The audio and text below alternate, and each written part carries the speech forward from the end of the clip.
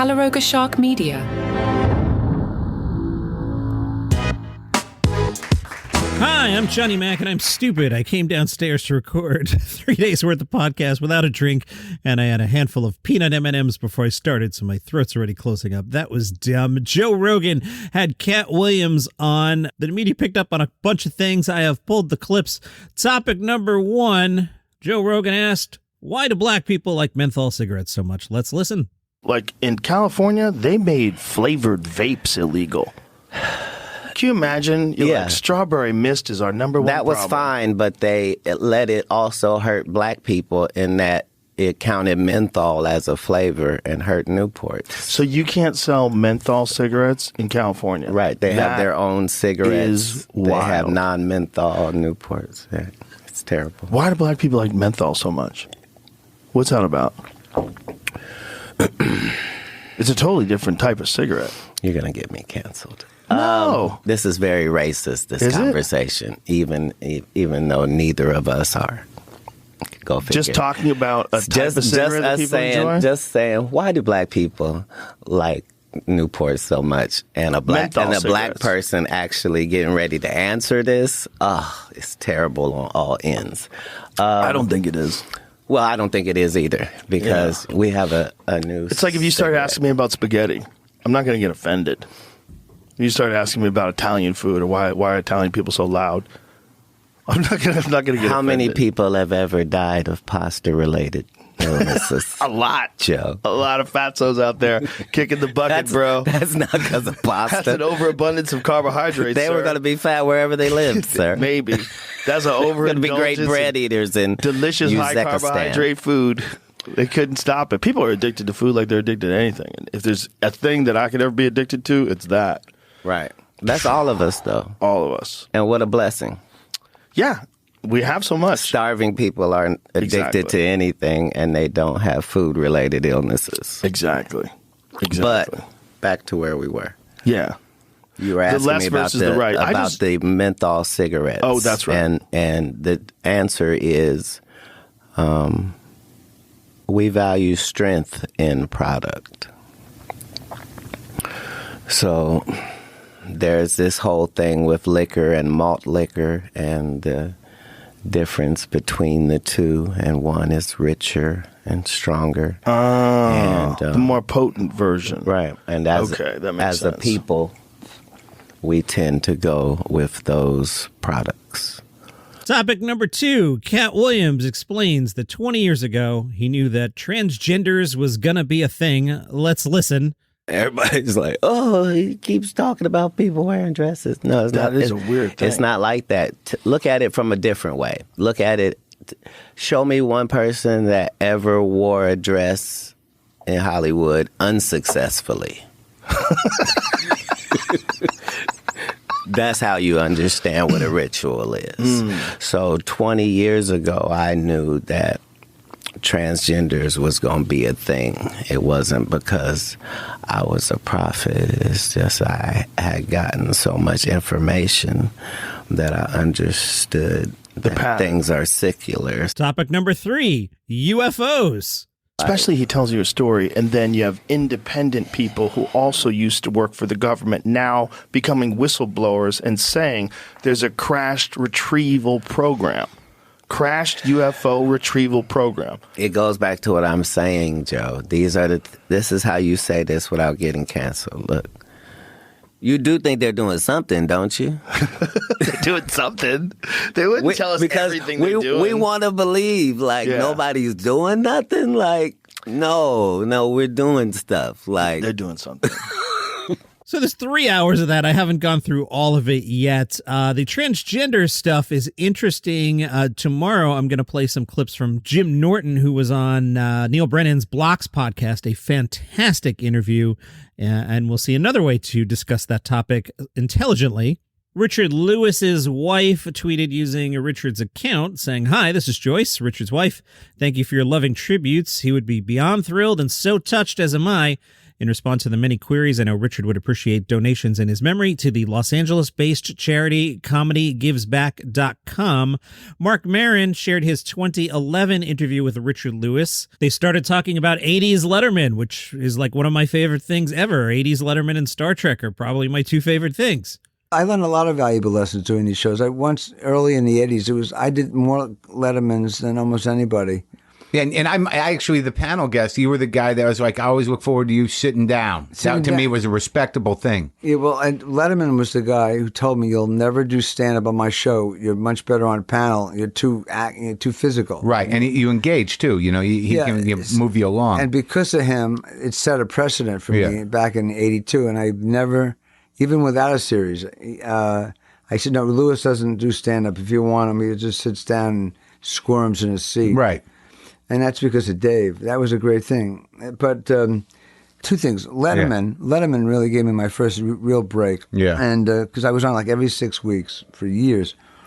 And, I had endless amounts of material, so that wasn't a problem. And the thing is, once I was talking about Hawaii, and I said to the woman during the day, "All right, he can ask me, I understand you were in Hawaii." I said, the whole thing is so fraudulent to me. Right. It just sounds fake. And a fun clip here where Richard Lewis was, I think, getting ready to be on Carson and turned to Rodney Dangerfield and got a little nervous. Interesting stuff there. It had the feel of Rodney. Hey, huh? Yeah, hey, yeah. It's the attitude. So I said, "Rodney, I feel I can't." I said, I just wanted to go home and hear the tape and time it. That's all I cared about. For Carson. Yeah, I mean, that Carson, because David Brennan once told me when I was 23, he says, for 1 5-minute spot on Carson is like doing the Improv every night, full house, 3 shows a night for he had it all figured out, 18 years. He had the math done, Yeah, he was a maniac like that. So 18 years is right. Yeah. Ricky Gervais is interested in possibly playing Herbie the Robot in the Fantastic Four movie. Remember Herbie the Robot? When we were kids, there was a Fantastic Four cartoon, and there you had Mr. Fantastic, Sue Storm, the Invisible Girl, The Thing, and Herbie the Robot. Where was the Human Torch? There was an urban legend that they were worried kids were going to set themselves on fire. I've seen another version of that where there was something with the copyright. There had been a 50s or 40s version of the Human Torch. Comic book people, you can let me know. So that might have been the reason. Anyway, so you had the Fantastic Three and Herbie the Robot. Ricky Gervais is interested in voicing Herbie, if asked. The internet people have also suggested Bill Hader. All right, that'd be all right. Matt Berry, done in. Matt Berry, anything is awesome. I don't think he sounds like Herbie, though. But then again, does Ricky Gervais sound like Herbie? I don't know. I don't remember what Herbie sounds like. Somebody else suggested Tig Notaro, which is, of course, a terrible idea. More terrible ideas, Bob Newhart and Mel Brooks. They're wonderful. They're both in their 90s. Cheryl Hines was on Watch What Happens Live and was asked about Robert F. Kennedy Jr.'s reaction to Larry David, saying that Larry does not support RFK's presidential campaign. Cheryl said, "You know what's so funny about that? We actually had dinner with Larry David that night," and said it wasn't awkward. Weirdly, it wasn't. Those two have been friends for so long, and I think when Larry said it, I think he was being Larry, like, "Oh, I support him, but I don't support him." And I think Larry and Bobby were like, "Okay." And I'm just like, pass the asparagus. This is a weird night, but okay. My former coworker, Jamie Foxx, may be returning to stand-up. As an aside here, you'll notice I often refer to Jamie as my coworker, and then I'll refer to other people that I worked with at Sirius as my friends. Like I would consider Larry the Cable Guy to be a friend. I always found Jamie to be nothing but awesome, but I didn't really know him well. He's usually behind 3 velvet ropes and has an entourage and people around him, but he was always a cool guy. He posted a video from one of his past stand-up specials on Instagram, showing himself doing an impression of Prince. In the caption, he shared that he plans to return to performing comedy. That'd be awesome. Adam Sandler has been performing something that some people consider to be comedy. He's been doing a residency in Glendale all week, tuning up for his new special. The SF Gate tells us for most of the night, it seemed like the theater was out to get Adam Sandler. I like this theater. First, someone handed him the wrong coffee as he walked on stage. What's the wrong coffee? Then the screens behind him, because of some incompatibility with his team's gear in the venue, didn't work for almost all of his more than 90-minute set, even though a lot of the show was supposed to have a video component.